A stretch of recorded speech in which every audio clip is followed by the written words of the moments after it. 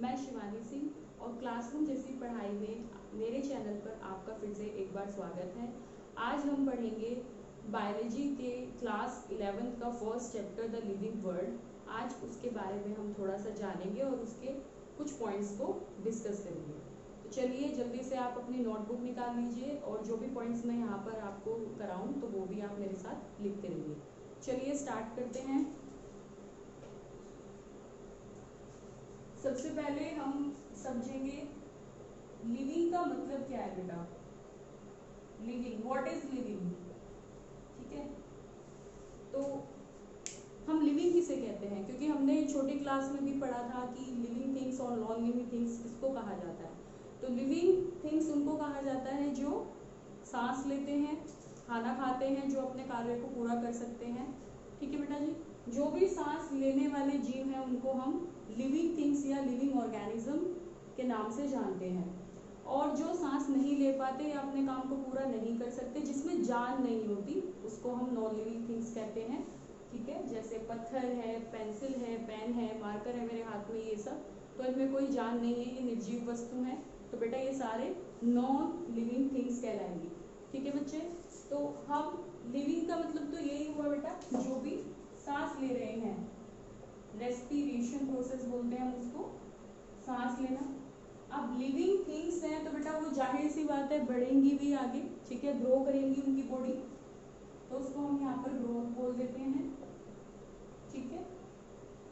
जितनी भी living things है बेटा, चाहे तो उसमें आपके मनुष्य प्रजाति हो, चाहे फिर उसमें प्लांट की प्रजातियां हो, ठीक है, प्लांट स्पीशीज हो, चाहे फिर ह्यूमन बींग्स स्पीशीज हो या फिर एनिमल स्पीशीज हो, तो these all are living things या लिविंग ऑर्गेनिजम्स, राइट। तो इनकी बॉडी में भी बेटा ग्रोथ होती है और प्लांट की बॉडी में भी ग्रोथ होती है और एक छोटे से एनिमल में भी ग्रोथ होती है, ठीक है बच्चे। रेस्पिरेशन, ये लोग क्या करते हैं बेटा, ये सारी लिविंग थिंग्स क्या करती हैं, सांस लेती हैं, ठीक है, खाना खाती हैं और अपने जीवन में जो भी क्रियाएं हैं उनको पूरा करती हैं। तो ग्रोथ भी होगी इनकी बॉडी में। उसके बाद ग्रोथ होगी बॉडी में बेटा जी, तो उसमें मेटाबॉलिक रिएक्शंस भी होंगी, ठीक है। मेटाबॉलिज्म उसको बोलते हैं, या इट मींस कि उसमें केमिकल रिएक्शंस भी प्रेजेंट होगी। तो हम केमिकल रिएक्शंस को क्या क्या बोल देते हैं यहाँ पर, chemical reactions which is known as metabolism, right. हम उसको क्या बोलेंगे यहाँ पर, मेटाबॉलिज्म बोल देंगे, ठीक है बच्चे। तो पहला तो ये हो गया, सांस लेंगी, सांस लेना तो बेटा वो है ही, जो जितने भी सांस लेने वाले जीव हैं वो सब लिविंग ऑर्गेनिजम्स में ही आ जाते हैं। तो पहला पॉइंट यहाँ पे ग्रोथ, दूसरा मेटाबॉलिज्म, क्योंकि बेटा वो केमिकल रिएक्शन से आगे बढ़ पा रहे हैं, ग्रोथ कर पा रहे हैं। अच्छा, लिविंग ऑर्गेनिजम्स हैं तो बेटा वो अपने बच्चों को, अपने ही जैसे बच्चों को जन्म भी देते हैं, तभी उनकी प्रजातियां, उनकी स्पीशीज आगे निरंतर कॉन्टिन्यूसली बढ़ती रहती हैं, ठीक है बच्चे। तो रिप्रोडक्शन भी होगा इनमें, रिप्रोडक्शन भी होगा।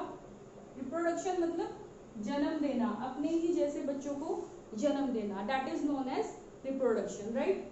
तो respiration, growth, metabolism, reproduction and last point आता है आपका कॉन्शियसनेस, राइट। लास्ट पॉइंट क्या आता है बेटा आपका, कॉन्शियसनेस,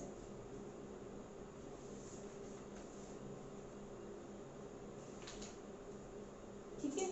कॉन्शियसनेस होगा, दैट मीन्स, कॉन्शियसनेस का मतलब क्या है बच्चे,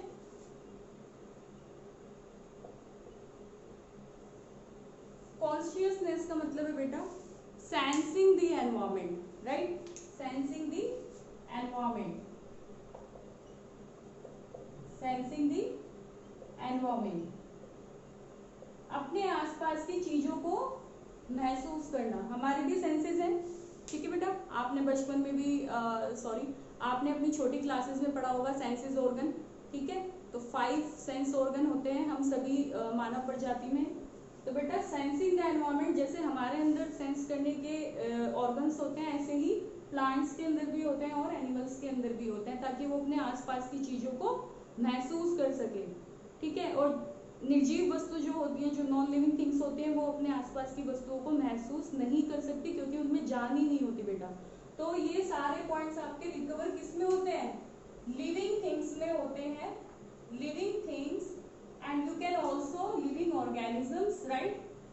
you can also living organism. ठीक है बच्चे, तो लिविंग थिंग्स में या लिविंग ऑर्गेनिजम्स में ये सारे पॉइंट्स आपके इंक्लूड होते हैं। Respiration, growth, chemical reactions which is known as metabolism and reproduction, और लास्ट वाला पॉइंट आता है आपका consciousness which is sensing the environment, right? Sensing the environment. और सेंसिंग द एनवायरमेंट, अगर हम अपने आसपास की चीजों को सेंस कर पा रहे हैं, महसूस कर पा रहे हैं, तो जाहिर सी बात है हम उसको रेस्पॉन्स भी करेंगे बेटा। तो रेस्पॉन्स भी करेंगे तो इसलिए हम उसको क्या बोलेंगे? Response to the stimuli, response to the stimuli. ठीक है, हमें गर्म ठंडी चीजें महसूस होती हैं तो हम उसको रेस्पॉन्स भी करते हैं। ठीक है बच्चे, तो this is the response to the stimuli. तो ये पॉइंट भी आपके इसमें कॉन्शियसनेस में इंक्लूड हो जाते हैं। ठीक है बच्चे, अब हम इसके बारे में एक एक पॉइंट को जो मैंने यहाँ पर आपको लिखवाए हैं, growth, metabolism, reproduction and consciousness, अब इसके बारे में हम एक एक करके पढ़ेंगे। ठीक है, चलिए बेटा।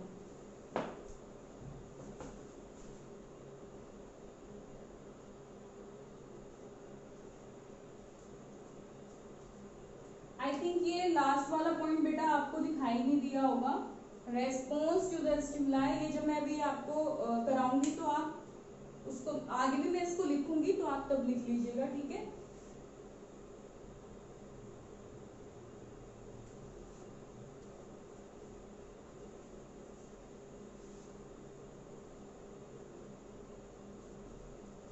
ठीक है। नाउ लिविंग में आपका पहला पॉइंट आता है ग्रोथ। What is growth? पहले हम इसको ना जान लेते हैं बेटा, उसके बाद हम इनके बारे में लिखवाएंगे आपको आगे। ठीक है, तो पहले मैं थोड़ा सा इंट्रो दे देती हूँ सभी के बारे में, उसके बाद एक एक करके हम सारे पॉइंट्स को डिस्कस भी करेंगे और लिखेंगे भी। ठीक है बच्चे, तो ग्रोथ क्या है? ग्रोथ का मतलब क्या है? Increase in shape and size, shape and size, ठीक है, इन ऑल लिविंग ऑर्गेनिजम्स। ठीक है, और increase in number of cell, increase in number of cells, number of cells. ठीक है, अब मैंने यहाँ पे ऐसे क्यों लिखा कि increase in shape and size and second point is also increase in number of cells, right? मैंने यहाँ क्यों लिखा है ये? इसका मतलब समझते हैं, शेप एंड साइज और सेकंड टर्म ये आता है आपका नंबर ऑफ सेल्स। देखिए बच्चे, जब भी कोई, मैं पौधा ले लेती हूँ, यहाँ पर एक प्लांट ले लेती हूँ। मान लीजिए आपने अपने घर में एक गमले में किसी भी प्लांट का, चाहे तो वो रोज हो, चाहे वो गेंदे का फूल हो, किसी भी फ्लावरिंग प्लांट का आपने बीज डाला। ठीक है बच्चे, बीज डाल दोगे आप इसमें।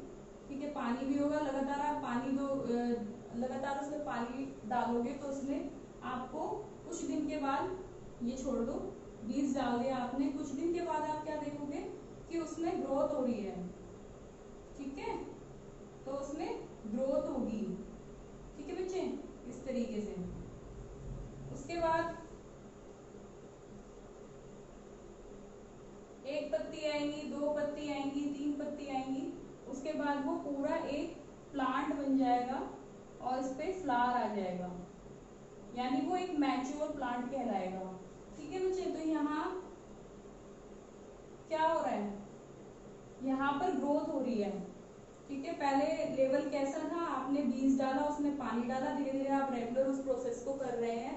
उसके बाद सेकंड, उसमें आपका धीरे धीरे एक छोटी सी पत्ती आपको देखने को मिलती है, फिर उसके बाद आपको दो तीन पत्ती देखने को मिलती है, देन उसके बाद आपका पूरा ही प्लांट ग्रो कर जाता है। डेट मीन्स कि उसमें ग्रोथ हो रही है। ठीक है बच्चे, तो increase in shape and size, तो आप देख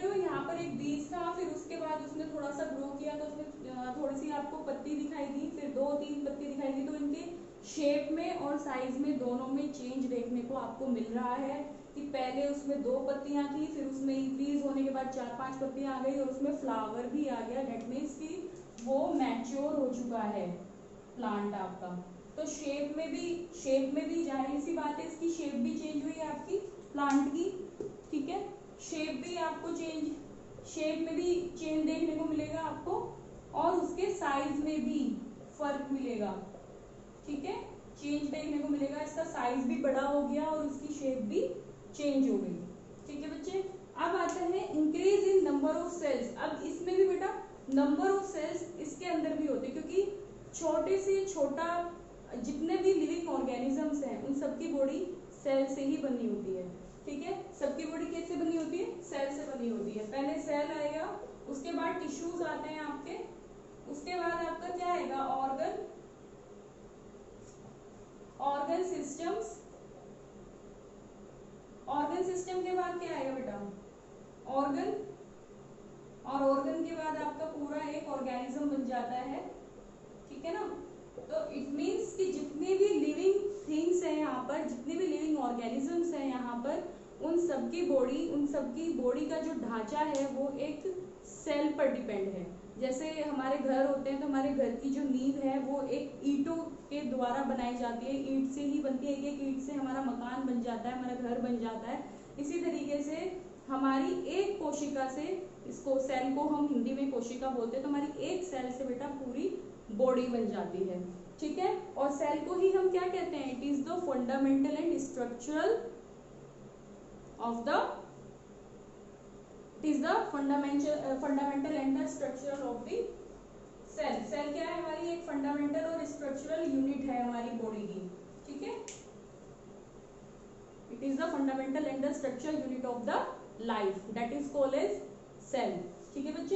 तो हमारी जो बॉडी की इकाई है वो क्या है? जो यूनिट है हमारी बॉडी की वो सेल है, क्योंकि एक ही सेल से हमारी पूरी बॉडी का ढांचा तैयार होता है, राइट। तो ग्रोथ आपका ये समझ में आया बेटा। तो इसकी नंबर ऑफ सेल्स में भी आपका इंक्रीज होगी हमारी नंबर ऑफ सेल्स भी। इसके अंदर जितनी भी कोशिका आपको यहाँ पर जितनी भी सेल्स है, क्योंकि पत्ती में भी सेल्स है बेटा, ठीक है, ग्रुप ऑफ सेल्स इसमें प्रेजेंट होती हैं, और फूल में भी ग्रुप ऑफ सेल्स प्रेजेंट होगी। पहले एक पत्ती बनी है आपकी, पहले एक लीफ बनी, उस एक लीफ में कितनी कोशिकाएं होंगी, उसके बाद दो लीफ आपको देखने को मिली, उसमें भी बहुत सारी कोशिकाएं हैं।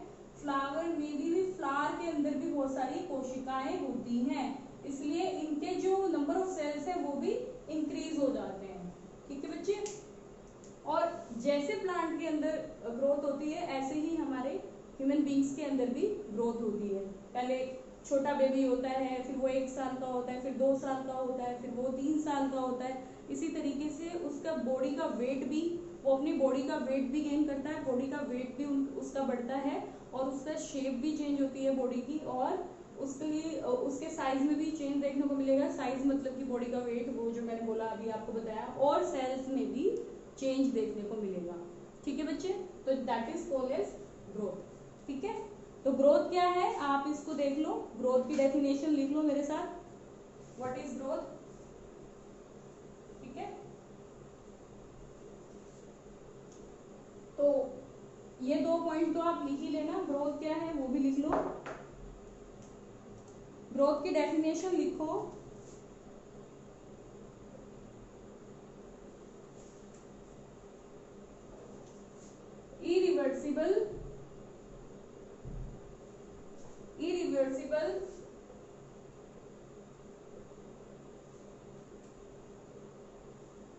irreversible increase in the mass of individual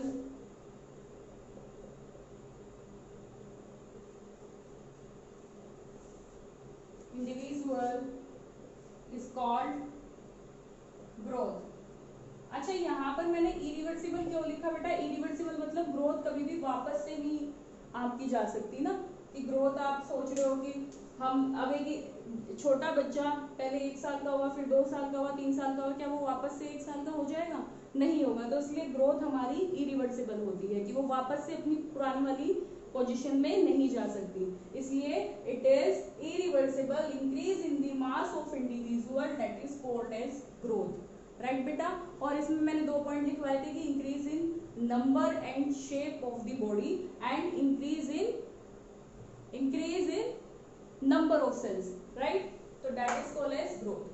तो ग्रोथ आपने लिख लिया, ठीक है।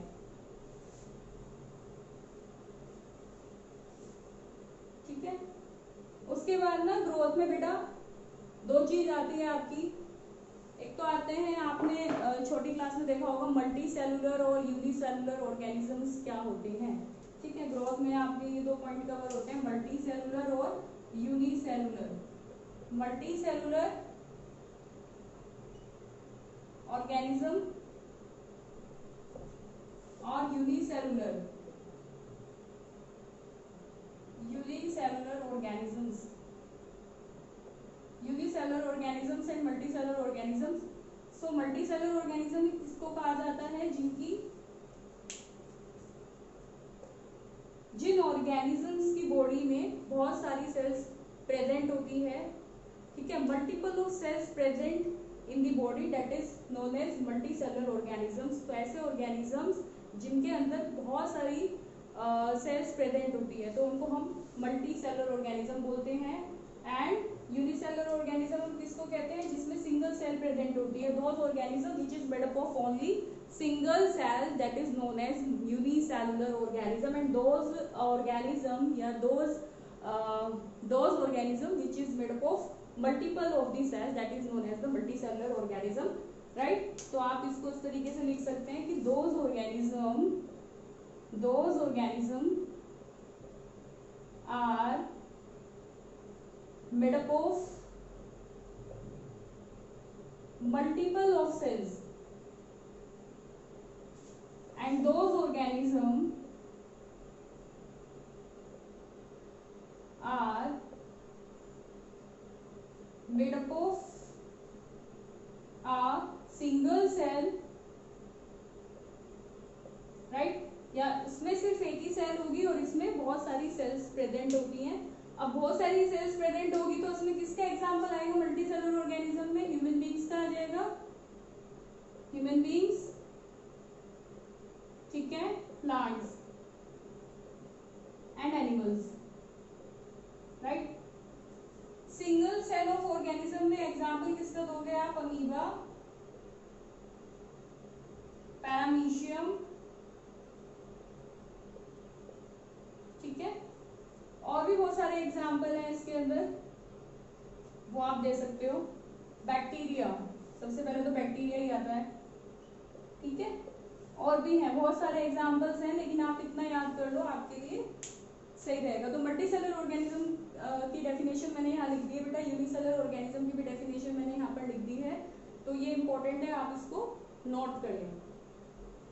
ठीक है,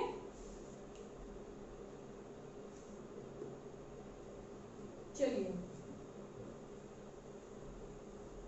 ग्रोथ हो गया।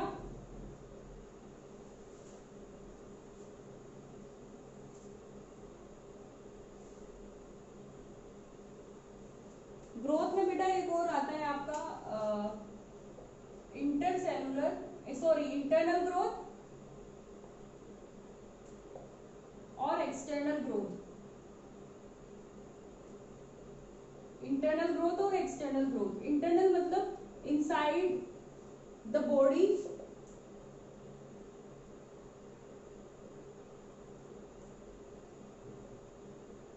Growth present inside the body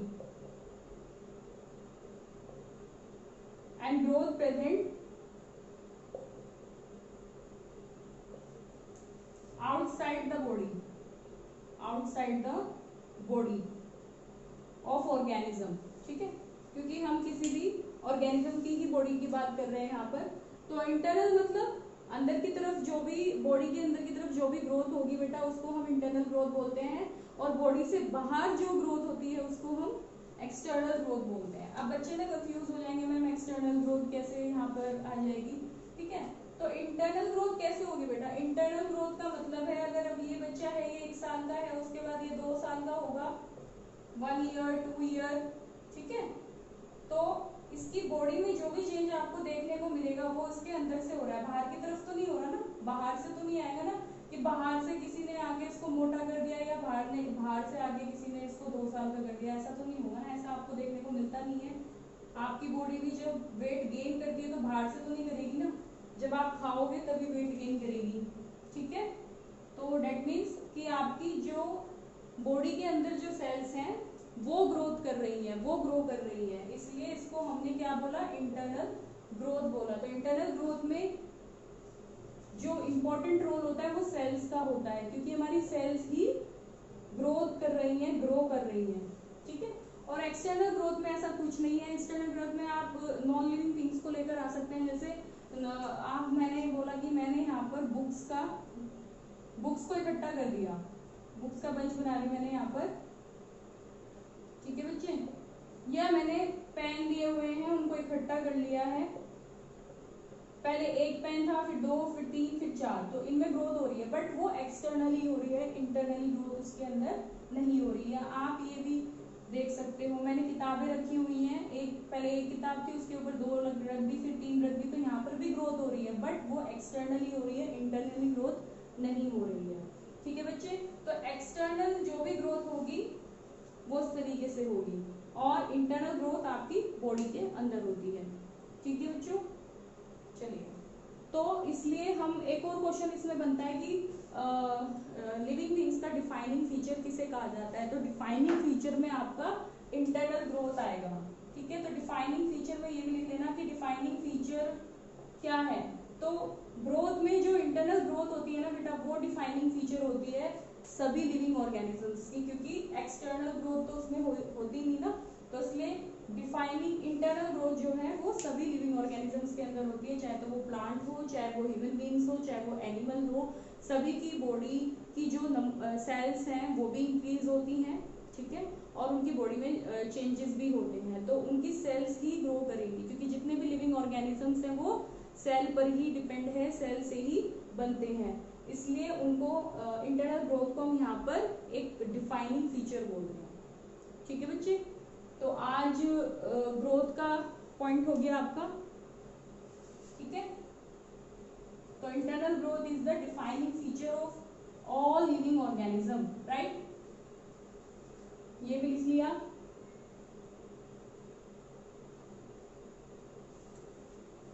अब लिविंग की आप डेफिनेशन लिख लो, लिविंग की definition,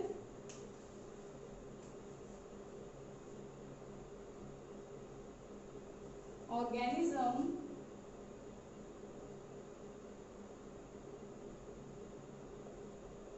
exhibiting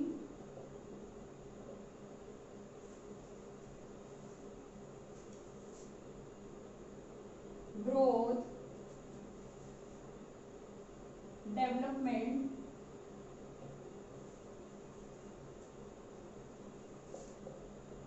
response,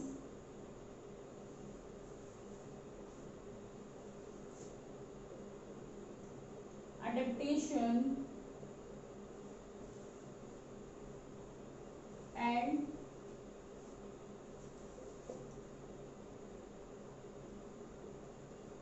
reproduction is called living या living beings, ठीक है, living या living beings, right, this is the definition of living beings, the organisms exhibiting the growth, development, response, adaptation and reproduction, that is known as living beings, and you can also living things या living organisms, right। तो ये definition है आपकी living की, तो ये आप इसको नोट कर लेना, ठीक है बच्चे। और आज की क्लास में बस इतना ही, आज हमने लिविंग के बारे में जाना, लिविंग के कितने पॉइंट्स हैं, पहला पॉइंट था ग्रोथ बेटा, दूसरा पॉइंट है आपका रिप्रोडक्शन, तीसरा पॉइंट है मेटाबॉलिज्म, और फोर्थ पॉइंट है आपका कॉन्शियसनेस। हम 1 बाय 1 करके सभी पॉइंट्स को कवर करेंगे। आज मैंने आपको लिविंग बताया, लिविंग क्या है, नॉन लिविंग थिंग्स क्या है उसके बारे में बताया है, लिविंग की मैंने डेफिनेशन भी लिखवा दी है, आप इस लिविंग की डेफिनेशन लिख लीजिएगा। और जो मैंने ग्रोथ में 3 पॉइंट्स कवर करवाए हैं, internal external growth, multicellular organism and unicellular organism, जो मैंने यहाँ पर लिखवाया, आप उन पॉइंट्स को लिख लेना। और ग्रोथ का पॉइंट आपका खत्म हो चुका है, ठीक है। तो नेक्स्ट क्लास में हम क्या जानेंगे, रिप्रोडक्शन, मेटाबॉलिज्म, आगे के पॉइंट्स को हम आगे धीरे धीरे कवर करेंगे। तो आज के लिए बस इतना ही, और आज के लिए बस इतना ही बेटा मेरी क्लास में। और आपको मेरी क्लास कैसी लगी आप मुझे कमेंट करके जरूर बताएं, और मेरी क्लास को सब्सक्राइब, लाइक एंड शेयर जरूर कीजिएगा। थैंक यू बच्चों।